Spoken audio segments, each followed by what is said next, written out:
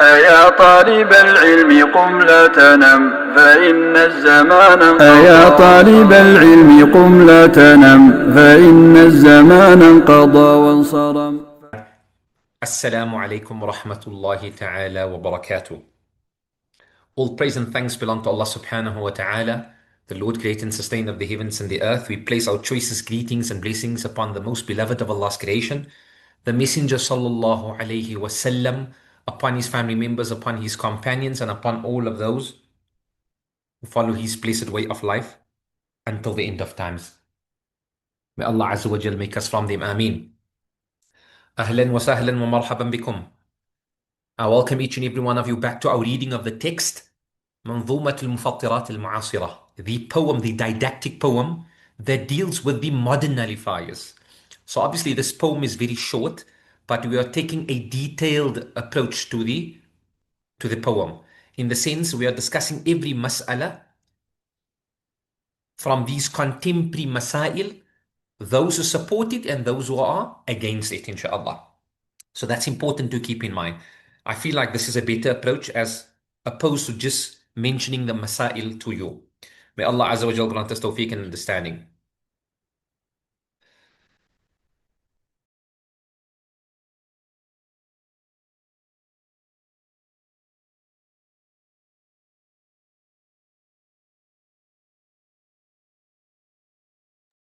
So the author rahimahullah ta'ala says, after mentioning the muqaddimah, the introduction,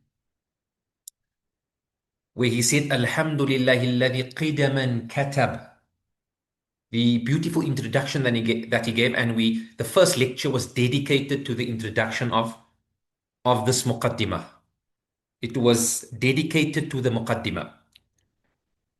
So the author rahimahullah ta'ala then goes to the first chapter of the poem, and he discusses those masail ma yufattir bila khilafin wala tafsil, those issues, contemporary nullifiers of fasting, that in the Shafi madhab it breaks your fast mutlaqan, unrestrictedly, without conditions. It breaks your fast bila khilaf, there's no difference of opinion, wala tafsil, mutlaqan, there's no detail. When we say there's no tafsil, certain masail we will say it is a nullifier of fasting bit tafsil in the following scenario, and in this scenario it doesn't break the fast. So he says this first category are those things that break the fast bila khilafin wala tafsil, without difference of opinion within the Shafi'i madhab and without any tafsil, meaning unrestrictedly breaks your fast, no ifs and buts, no ifs and buts. And then he's going to list those things that break your fast. And let's go quickly through the lines. He says, بَخَاخُ رَبْوٍ, he says, the ashma inhaler, وَالدُّخَانُ أَكْمَلُ, and all types of smoking, whether that is the hookah, cigarettes, cigars, vapes, whatever it is. وَالدُّخَانُ أَكْمَلُ مَدَاعَةٌ وَشِيشَةٌ مُعَسِّلَةٌ. So he says mada'a. Mada'a is the instrument that people use to smoke, commonly found in Yemen. Washisha, same. Mu'assila, the vapes. So that's the first two things. كَذَا التَّحَامِيلُ, he says كَذَا التَّحَامِيلُ, similarly suppositories, whether it is vaginal suppositories or whether it is rectal suppositories.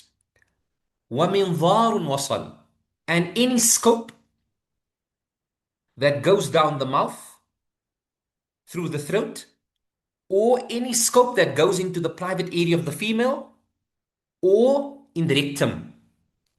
كَذَا التَّحَامِلُ وَمِنْظَارٌ وَصَلٌ, if this reaches, it breaks the fast. بِفَمِهِ, it goes through his mouth. وَدُبُرٍ, it goes through the rectum.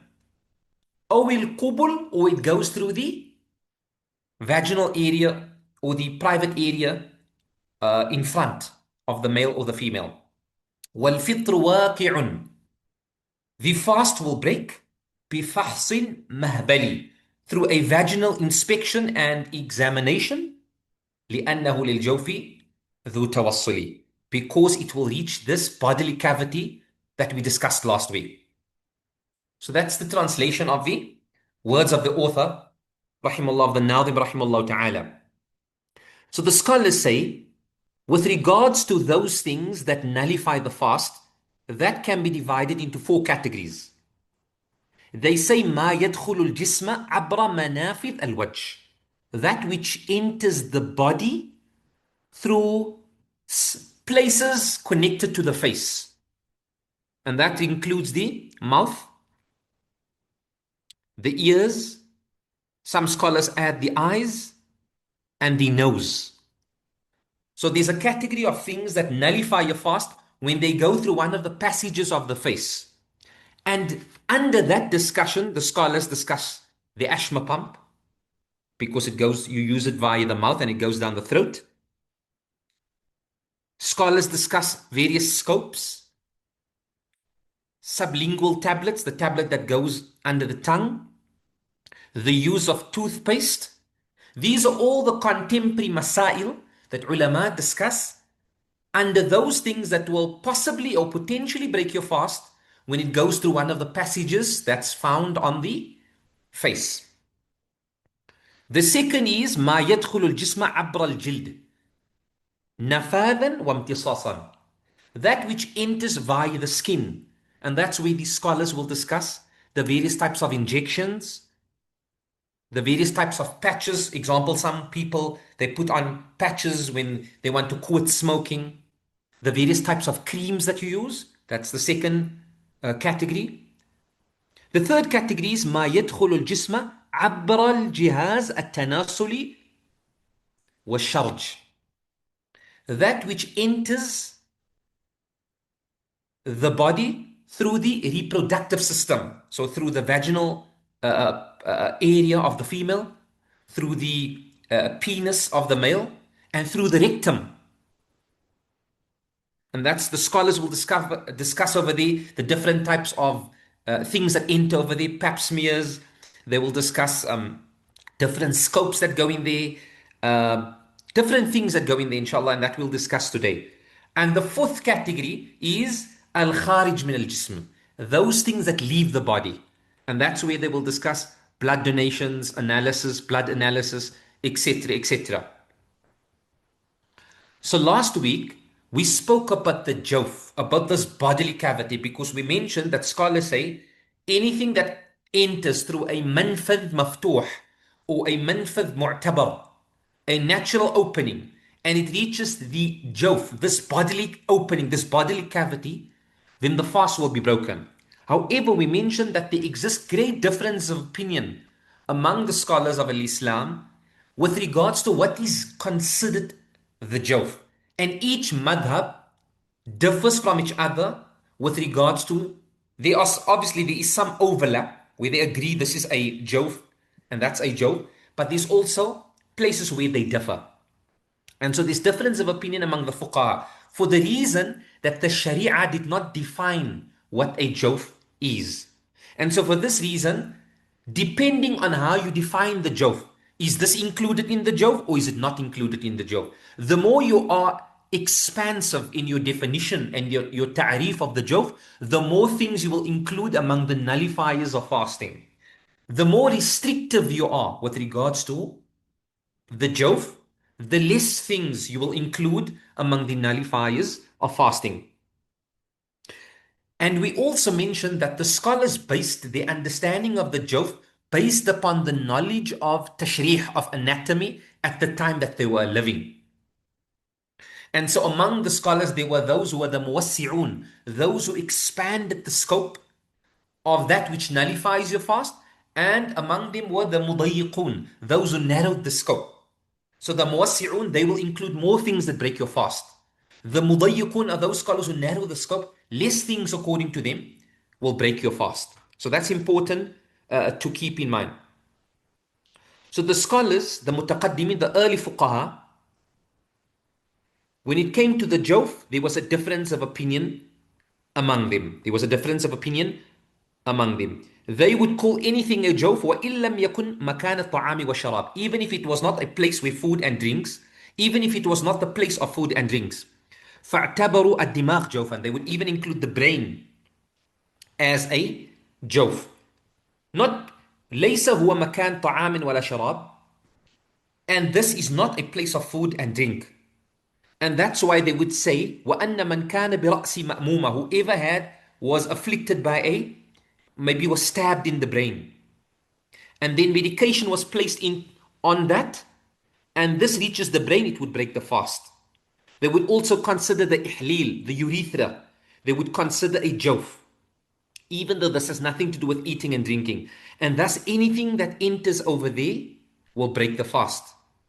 The scholars would consider the vaginal area, the bladder. They would consider all of these things to be part of the jawf. Thus anything that enters over there, or anything that they would assume enters over there, would then break the fast. However, modern day scholars, scholars of anatomy, scholars who study the body today say, and they differ with this approach, they say that the jawf refers to the digestive system.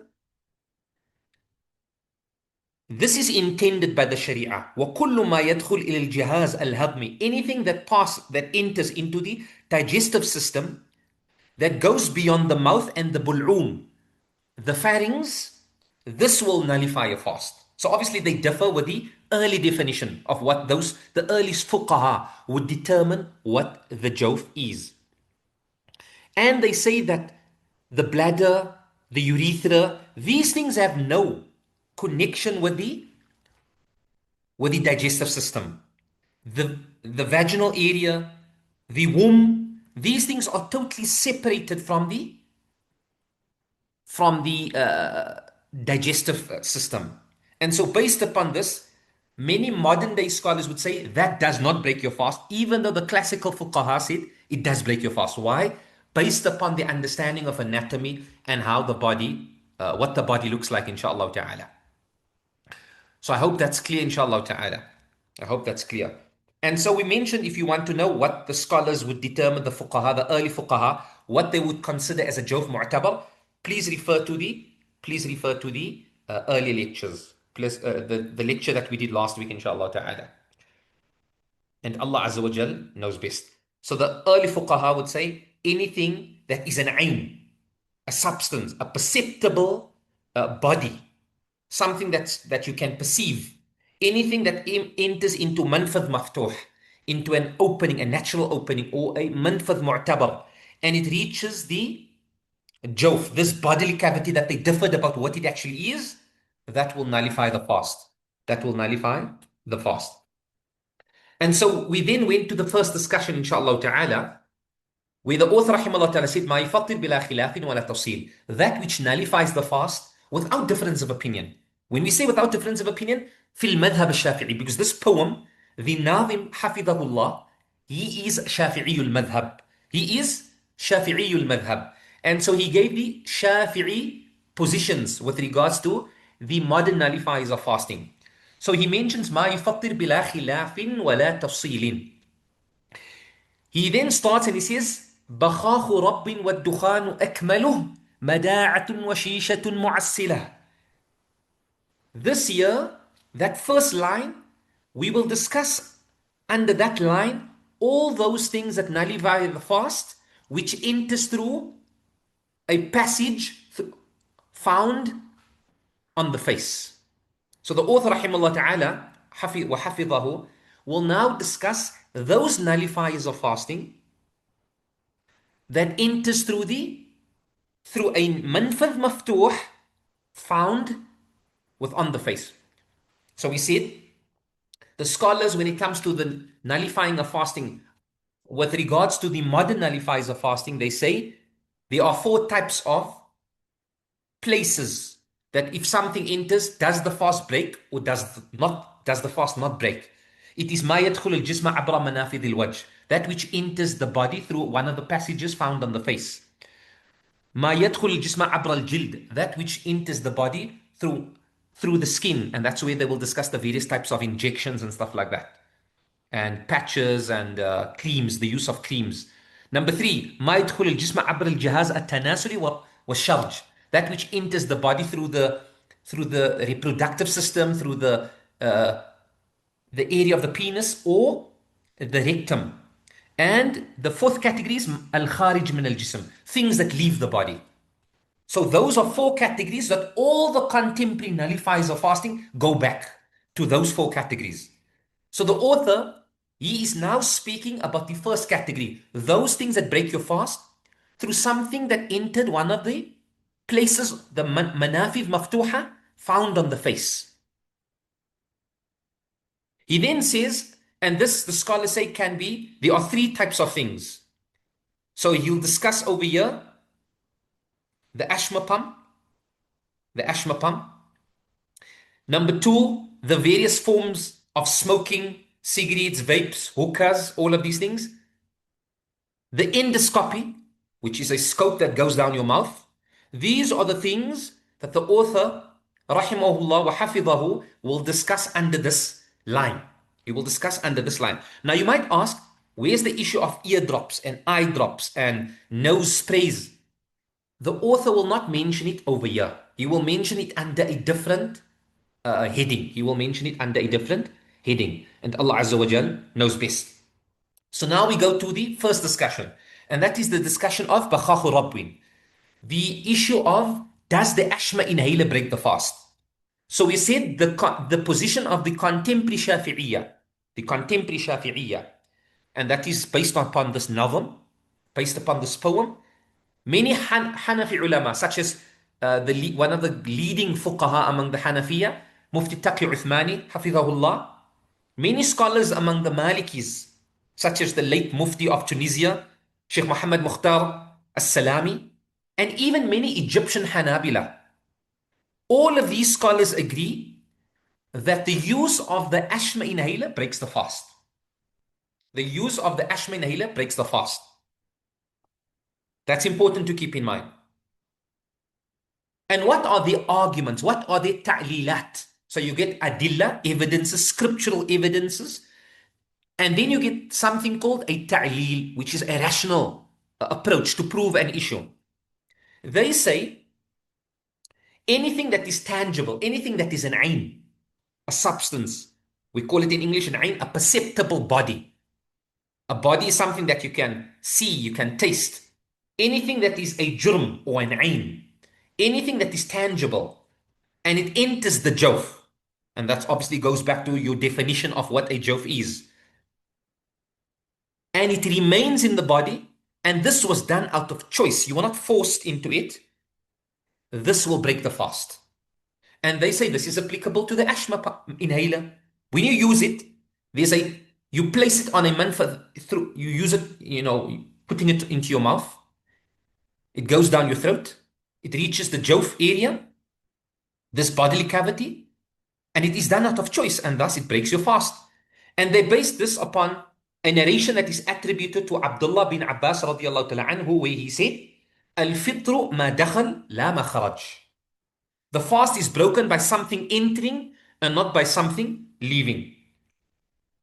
The fast is broken by something that enters the body and not what leaves the body. And they say, لأن المعنى في الجميع وصوله إلى الجوف واستقراره فيه. They say, the meaning and the concept here is, what's the understanding, what's the illah here? It is something reaching the jawf. واستقراره فيه. And it remains in the jawf.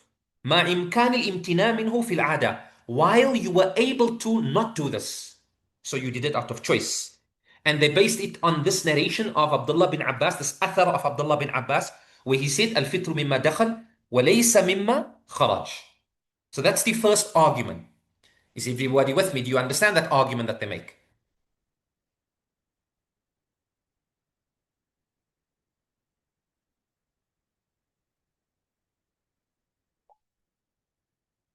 Does everyone understand that argument?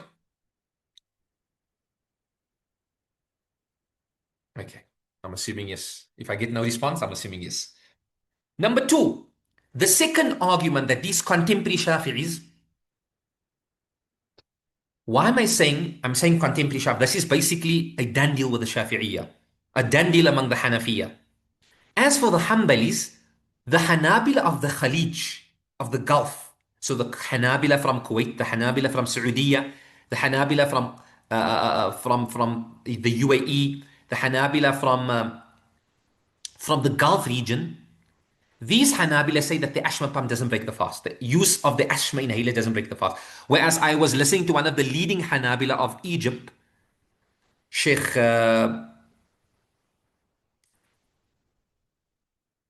Sheikh Mustafa al-Hanbali al-Azhari, and he said, based upon his research into the mas'ala, it breaks the fast. So he's Hanbali, but he views the ashma pump and ashma inhaler as a nullifier of fasting. So even among contemporary Hanabila, there's a difference of opinion. However, among the Hanbalis of the Gulf, you will be hard pressed to find a Hanbali that says that the ashma inhaler breaks the fast.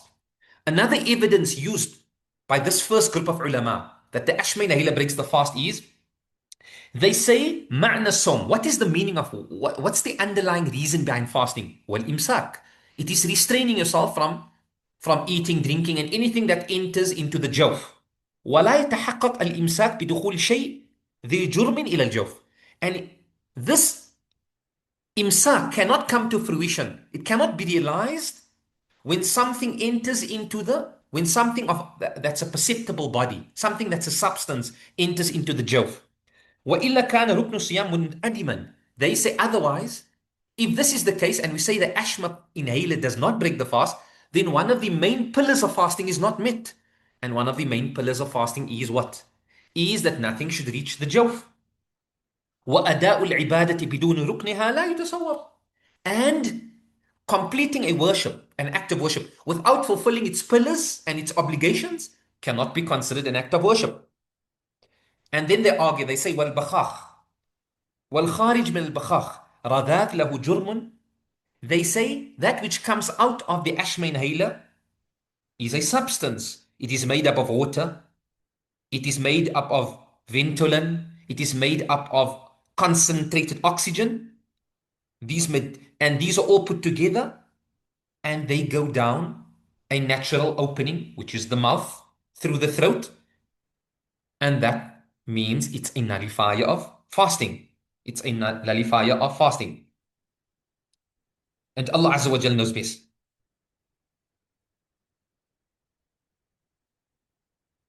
Okay, that's another argument. So they say it conflicts with the concept of imsak. Number 3, a third argument that they make.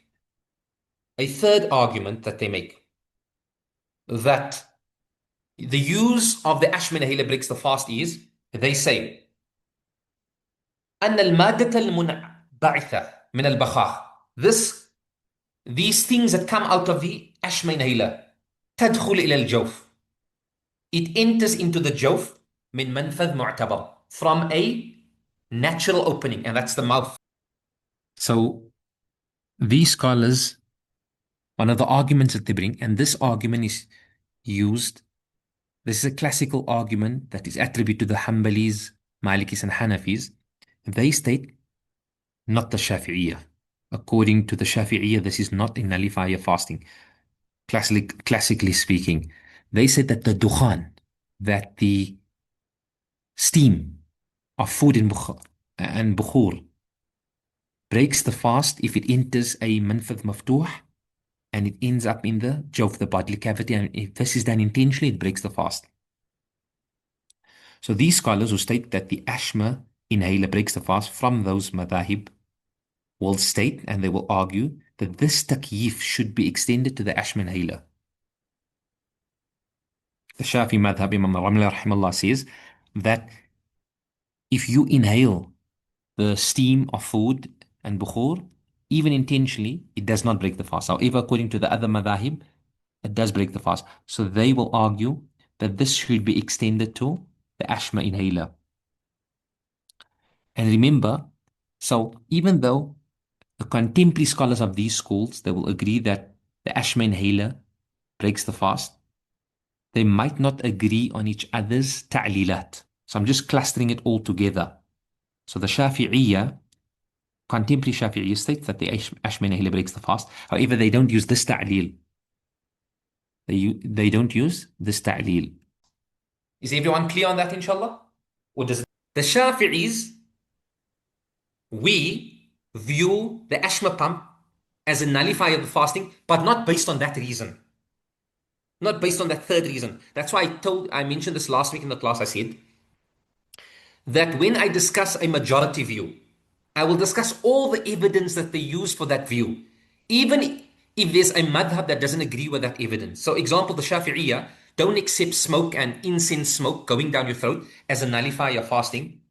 However, they are part of the Jumhur that view the ashma pump as breaking your fast, or they are part of those scholars who view the ashma pump as breaking your fast. However, they use the previous two arguments, the fact that it enters through a manfad mu'tabar and it lands up in the jawf, and Allah knows best. Is that clear, inshallah? Ahsan, Maulana, it's clear. Okay. So that's this. Now we go to the alternative view. And we mentioned last week, what's the reason why I mentioned the alternative view? Even though the author doesn't mention the alternative view, I'm mentioning it so that you know that there's another view on the issue. There's another view on the issue. And so the person who's the jurisconsult, the mufti, he will know how to dispense opinions based upon different scenarios. As Ibn al-Qayyim rahimahullah said, the mufti is someone who does not only know the revelation, wahi, but he also knows the waqi'. He knows the situation, he knows the reality of people. A mufti is not someone who sits in an ivory tower and gives fatwa that's not grounded in the reality of the people. A mufti is someone who lives among the people and he sees to their needs, spiritual needs, through his fatwa. So that's the first view that we discussed. That's the first view that we discussed. The second view, and so remember, what is the author in the first line of the poem discussing? He's discussing all those things that enter the body through one of the passages found on the face. The second view is those scholars who do not consider the ashma inhaler as a nullifier of fasting. What are some of their evidences? And obviously that's the Hanbali scholars of the Khalij. So that's basically the fatwa of the Lajna Da'ima, the permanent committee for fatwa in Saudi Arabia. That was of basically all the muftis of Saudi Arabia, many of the scholars from Kuwait. I'm going to be fair that there are many Hanbali ulama in Kuwait that says it does break the fast. However, the predominant view among the Khaliji fuqaha and scholars is that it's not a nullifier of fasting. So what are the evidences, inshallah? What are the ta'lilat? They say, number one, we make qiyas based upon madmada. So when you clean your mouth during wudu, which the Sharia has allowed you to do whilst fasting, when you do the istinshaq, cleaning of the nose and the cleaning of the mouth, which the Sharia has allowed you to do whilst fasting, is there not a possibility that a drop remains behind and it goes down? There's that possibility. So similarly, when you use the ashma pump and something does go down, it is analogous on this madmada, on this practice of madmada. They say, قياس الواصل إلى الجوف من بخاخ الربو على المتبقي من المضمضة والاستنشاق.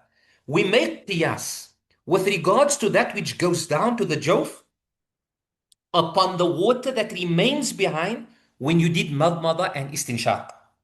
ذلك بأن الصائم له أن يتمضمض ويستنشق. The Sharia has allowed the fasting person, when taking wudu, to clean his or her mouth and to clean his or her nose. This is agreed upon ijma'an. There's no alim that says it's haram to do that during the month of Ramadan. So thus, when someone does that, is there not the possibility that a trace of water will mix with saliva and then go down to the abdominal area?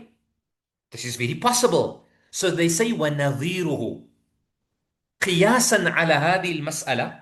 They say anything that enters from the ashma inhaler, going down to the esophagus, and then eventually making its way to the abdominal area, is similar to this. And they say that which goes down is so minuscule and so little it is overlooked by the Sharia. It is overlooked by the Sharia. And they say that for every 200 inhales, every 200 sprays that you do, the thing consists of 10 milliliters of liquid. So the 200 puffs or inhalings that you do, there are only 10 liters, 10 milliliters. There are only 10 milliliters of what? Of liquid. And this liquid is made up of water, medicinal aspects, and number 3, concentrated oxygen. And so if you divide that among 200 puffs, that is 0.05 milliliters. 0.05 milliliters. And that 0.05 milliliters, which is less than a drop, when you inhale it, a portion of that goes to the respiratory system. A portion of that is taken by the oropharynx, which is the middle part of the throat behind the mouth. It's consumed by the jidar al-bul'um al-fami, which we call the oropharynx. And then if there's something which there's less than a drop, so some of it goes to the respiratory system, some of it goes to the oropharynx, and if there's anything left, that goes down to the abdominal area, and this is overlooked, as if a trace of water is left behind through madmada, and it goes down to the abdominal area, that will be overlooked. So the first argument that they make is an argument based upon qiyas. So they say from this 0.05 milliliters per inhale, 1 microgram probably goes down to the throat. So we're not even certain it goes down. It goes down to the abdominal region. And if it goes down, the Sharia has overlooked this, based upon traces of water left behind when you do madmada and istinshaq. And the next argument that they use is, they say another qiyas, and that is the qiyas ala istikhdam or al-isti'mal as-siwak. Qiyas upon using the miswak. They say, number 1, it's allowed to use the siwak whilst fasting. And this is the view of the majority of the scholars. The Shafi'iyya considers it from the time of zawal and beyond. They consider it makruh, but not haram. And Imam Nawawi rahimahullah fil madhab al-Shafi'i, he has an ikhtiyar where he says the use of the miswak throughout the day. He doesn't align with that opinion, the mu'tamad of the madhab rahimahullah ta'ala. He says use of the miswak throughout the day is lawful.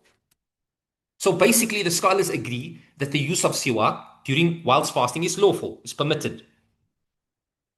And they say then that the siwak contains 8 different chemicals. It contains 8 different chemicals. And they say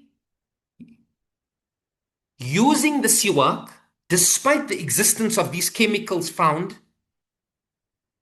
in the siwak, and despite the fact that it's very possible that these chemicals might mix with the saliva and when you swallow it, they say قَدْ عُفِيَ عَنْهَا.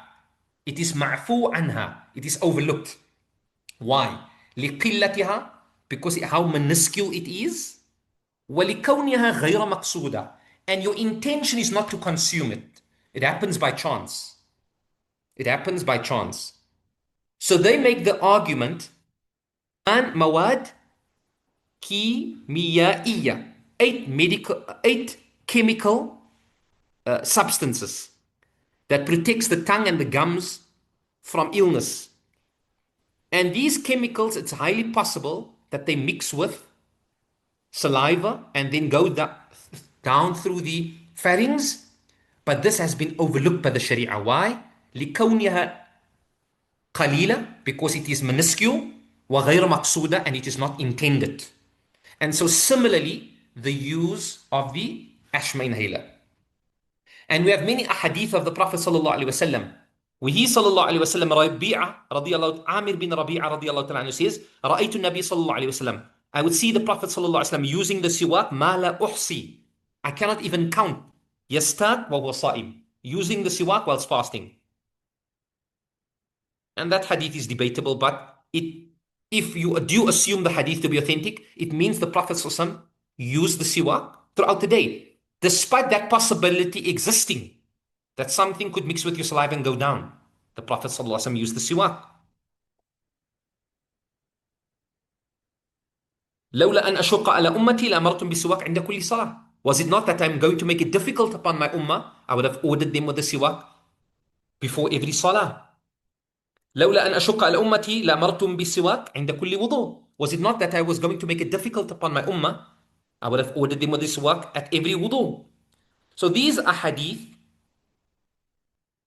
كان إذا دخل داره, when the Prophet would enter his home, يبدأ بالسواك. وإذا قام من نومه يبدأ بالسواك. When he would enter his home, he would start with the siwak, and when he would wake up from sleep, he would start with siwak. So all of these are hadith prove that despite this being a factor, that these chemicals could mix with your saliva and then go down into your abdominal area. Despite this possibility, the Prophet continued using the siwak. And so these scholars argue that based upon qiyas upon that, the asthma inhaler is not a nullifier of fasting. The third reasoning that they use to state that the asthma inhaler is not a nullifier of fasting is لا يعتبر أكلا أو شربا في العادة. It's not considered eating and drinking. Not in the language, from the perspective of lugha. If you define what is akal and what is shurb, using of the asthma inhaler will not be considered akal and shurb. And that's why the scholars, when they discuss akal and shurb, there's clear definitions what the lughawiyun, what the scholars of language, and if you look in the classical dictionaries, the scholars would not consider you swallowing a stone as eating, swallowing a branch as eating. And so thus they say this is not eating and drinking. And it is eating and drinking that the Sharia came to prohibit. Eating and drinking that the Sharia came to prohibit. فَلَا يَحْصُلْ بِهِ الْفِطْرُ. So it doesn't break your fast. So they say from the perspective of language, this will not be considered. And from the perspective of urf, customarily, no one will say that using of an asthma pump or asthma inhaler is considered eating or drinking. And so thus it doesn't fit the criteria of eating and drinking, and thus by extension it doesn't break your fast. Another argument that they use, and we can see this is a very strong opinion. It's a very strong opinion. Another argument that they use is, they say that it is not definitively proven that something does eventually go down to your abdominal area. It is not definitive. We don't know. There is shak, there is doubt whether it has gone down or not. And the rule is, وَالْأَصْلُ صِحَّةُ الصَّوْمِ. The rule is that your fast is valid. وَلَا يَزُولْ هَذَا الْيَقِينَ بِالشَّكِّ. And this certainty that we have, that our fast is valid, cannot be removed through doubt. As the قاعدة فقهية من القواعد الفقهية الكبرى says, اليقين لا يزول بالشك. Certainty is never removed through doubt. I'm certain I'm fasting. I'm doubtful when I use the asthma pump or the asthma inhaler that something has gone down. That doubt cannot remove that level of certainty. And as the scholars say, الأصل بقاء ما كان على ما كان. The asl is that something remains in a way that it is, unless we have evidence to prove otherwise. And Allah Azza wa Jal knows best. Okay? Another argument that they use is بخاخ الرب. They say the asthma inhaler, when used, يدخل مع مخرج النفس. It enters with the respiratory exit. It doesn't enter into the food and drinks exit. So that's another argument that they use. So those are the arguments of the alternative. So that's basically the view that if you read any fatwa from the Gulf area, you read Islam Q&A, or you read Islam Today, or you read any of the famous fatwa websites, this is the view that you will see. And so now basically you know the reasons why scholars say what they say. You see, if you study the underlying reasons, these opinions make sense to you. And it makes you academic in your approach. And that's important, inshallah ta'ala. That's the aim of our readings. It's to learn the Arabic language. It's to apply what we know of the Arabic language with regards to nahu and sarf and vocabulary. It's to understand the works of the scholars, inshallah ta'ala. May Allah Azza wa Jal grant us the tawfiq and the sincerity to complete this, inshallah. Just as a heads up, inshallah, soon there will be Hajj videos online, inshallah. So you can, if you know anyone who's going for Hajj, you can share those videos. I'm just busy editing the videos. And then there's also a book on Usul al-Fiqh that I did, a very basic book, inshallah, that I will probably teach again when we do Usul al-Fiqh. It's called Risala Latifa Jami'a fi Usul al-Fiqh al-Muhimma, written by a scholar of Saudi Arabia that died just about 60 years ago, probably. Shaykh Abdul Rahman al-Sa'di, rahimahullah ta'ala. It's like 3-4 pages. I did like 13 lectures on it. So inshallah, I'm just editing it and then I'll post on the channel. Okay, so now the scholars, what they do is they respond. We call these responses, we call them rudud. We call them rudud. And this is what the scholars would do in the past.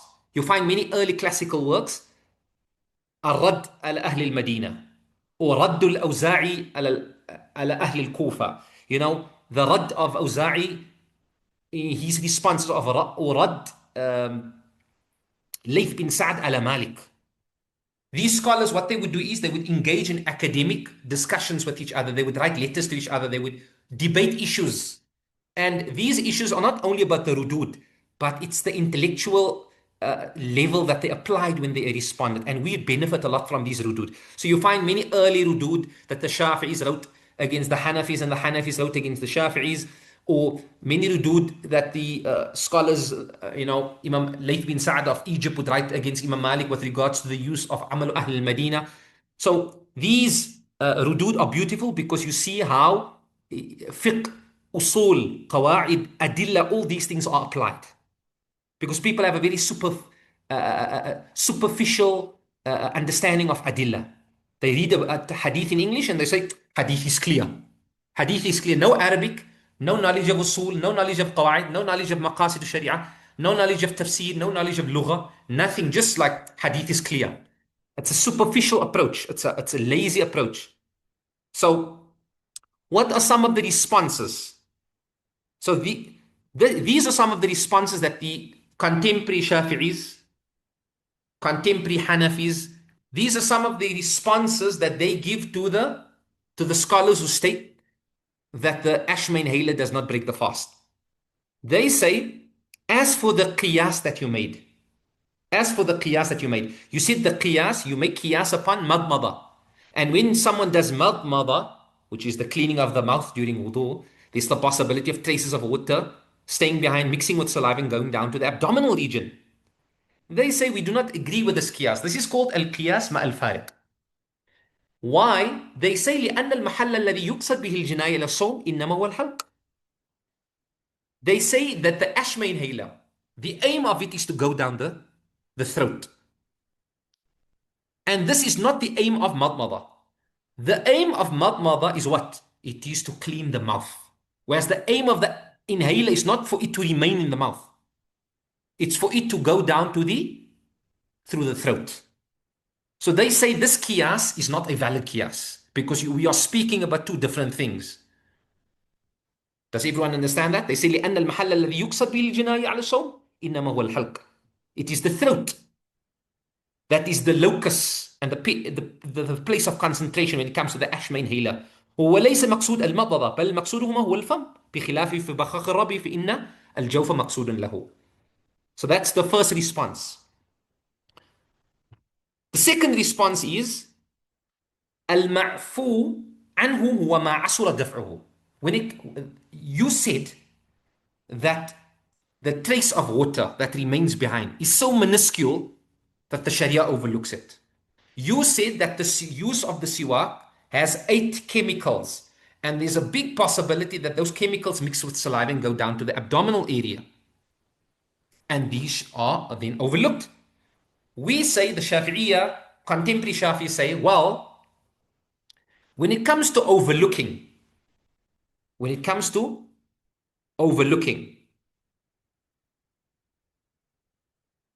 it is in reference to that which is difficult to avoid. So obviously when we're taking wudu, it's difficult to avoid that because the Sharia has allowed me to clean my mouth.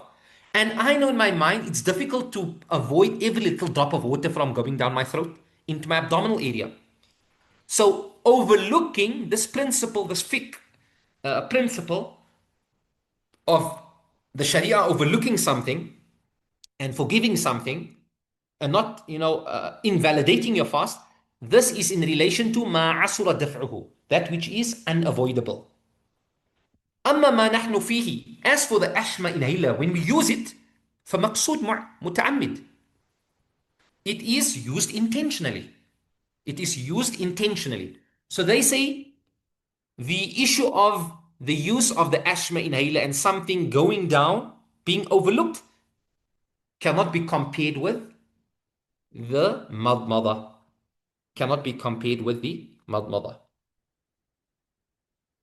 Another argument that these scholars use, that the contemporary Shafis use, they say we admit that it's highly likely that that which goes down is very, very small, but we do not overlook it. Why? Because they bring something that the earlier fuqaha said. The earlier fuqaha said, لو بل خيطا بريقه. If someone took a piece of thread, right? If someone took a piece of thread and they moistened it with their saliva, and then they took it, moistened it, took it out of their mouth and returned it into their mouths, and they were still moist on, and then he swallows it. So he moistened it, he took it out of his mouth, and then he places it back into his mouth.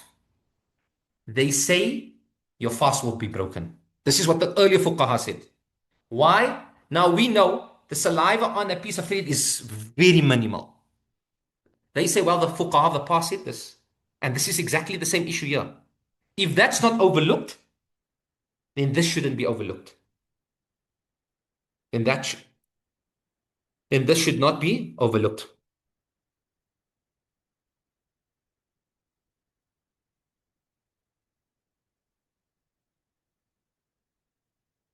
So they say, لو بل خيطا, if he took a piece of thread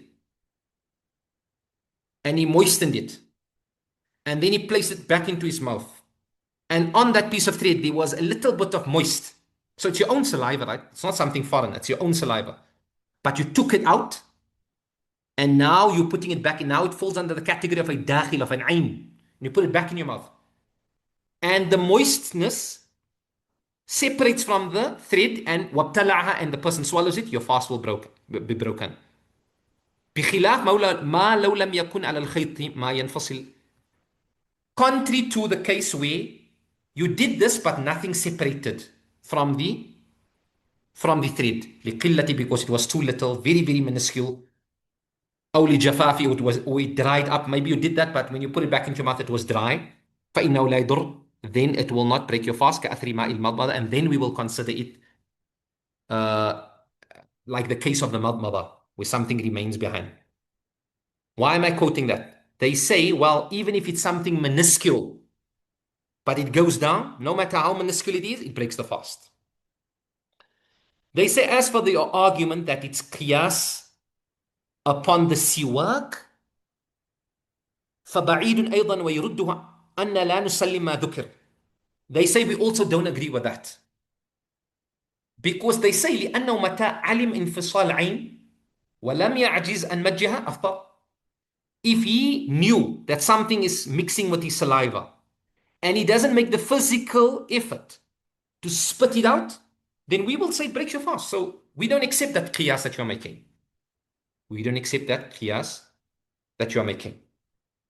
So the argument from the perspective of it's overlooked, we don't agree with that as well. They say number 3, even if it's not considered eating and drinking, that does not exclude it from being one of the nullifiers of fasting. Why? فالعبرة, what should be given consideration to is بدخول الجرم, it is a substance, a perceptible body that enters into the jawf, into the bodily cavity, اختيارا, and you did so out of choice. You did so out of choice. لدلالة الكتاب والسنة لتحريم الأكل والشرب على العموم مما يشمل محل النزاع. And they say this is included in eating and drinking because it's something that went through a manfadh maftuh. It's a perceptible body, it's a substance, and it went into the jawf and you did so out of choice.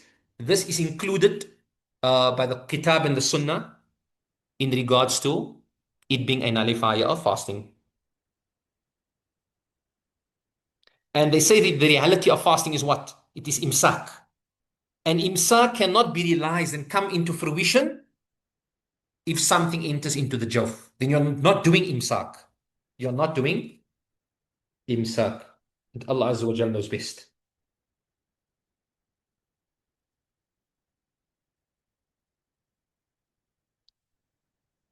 And they say that you say that there is a doubt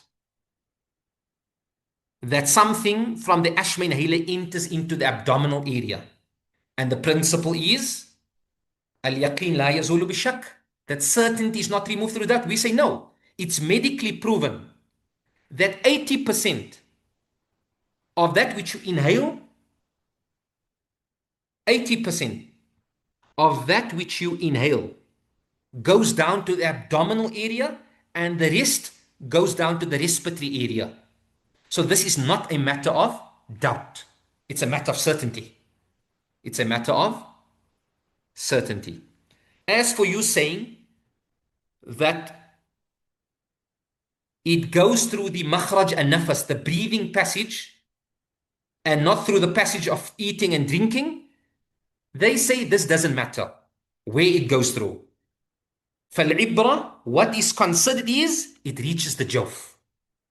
Whether it goes through the exit of eating and drinking, or whether it goes through the respiratory exit, it doesn't really matter.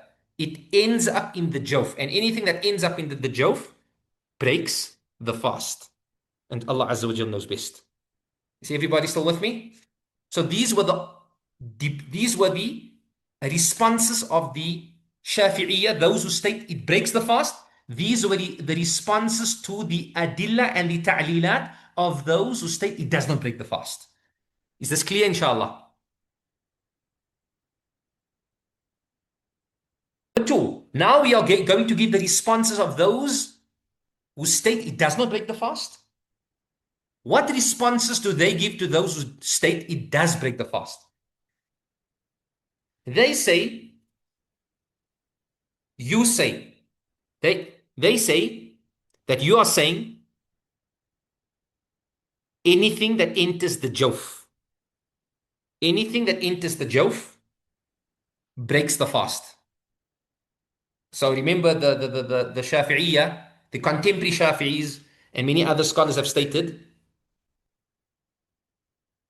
they say anything that enters into a manfadh maftuh and it ends up in the jawf, and it is a perceptible body, an ayn or jurm, it's a substance, it breaks the fast, right? These scholars, these Hanbalis, they state it is not eating and drinking. It is not eating and drinking. They then respond by saying, it is not sufficient that something reaches the jawf. What is the criteria?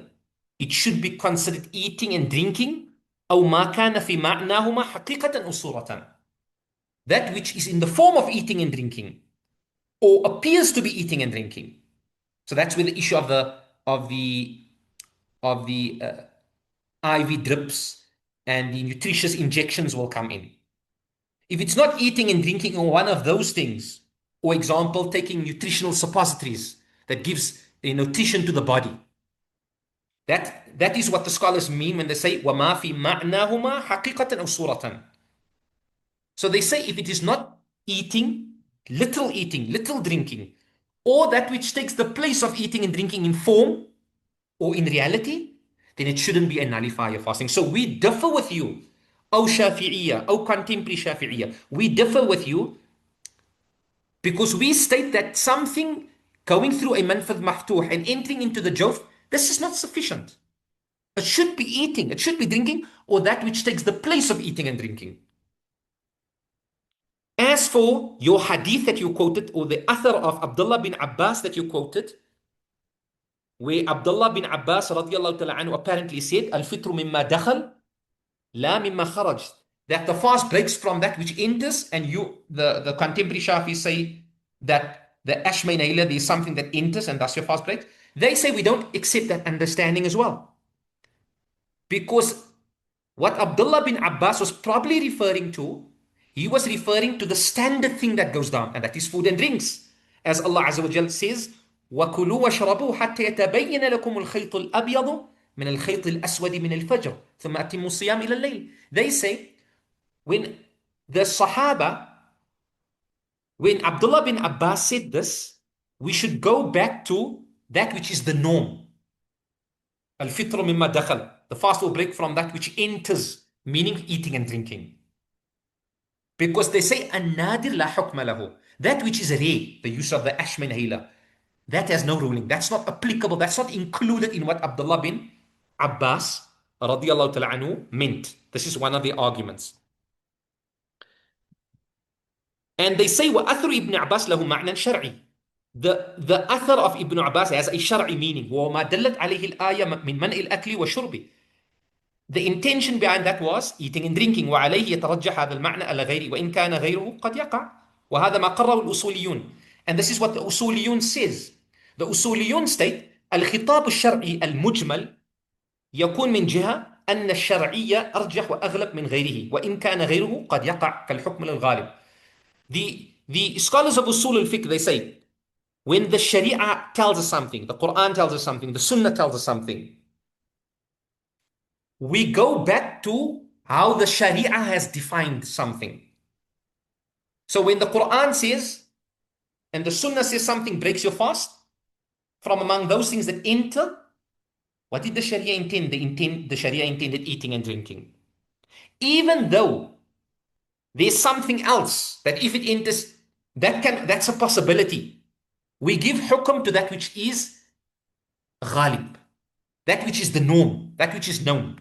So they argue that what the athar of Abdullah bin Abbas that the Shafi'iyya use to state that even that if you use the ashmin ahila, the fast will break, they say that athar doesn't mean that. It means that which normally enters from food and drinks. Number two, they say, this is the scholars that state that the ashmain hayla does not nullify the fast. And this is how they respond to those who state it does nullify the fast. They say, we admit that there's a perceptible body. We admit that there's something going down. But this is something that the Sharia has overlooked, based upon the qiyas of the madmada and the siwak.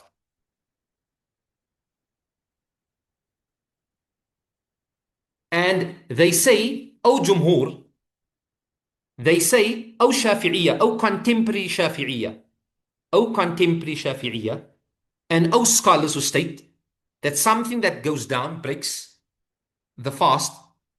They say one of the arguments that you use, and this is obviously the Hanbalis, the classical Hanbalis, the classical Malikis, and the classical Hanafis,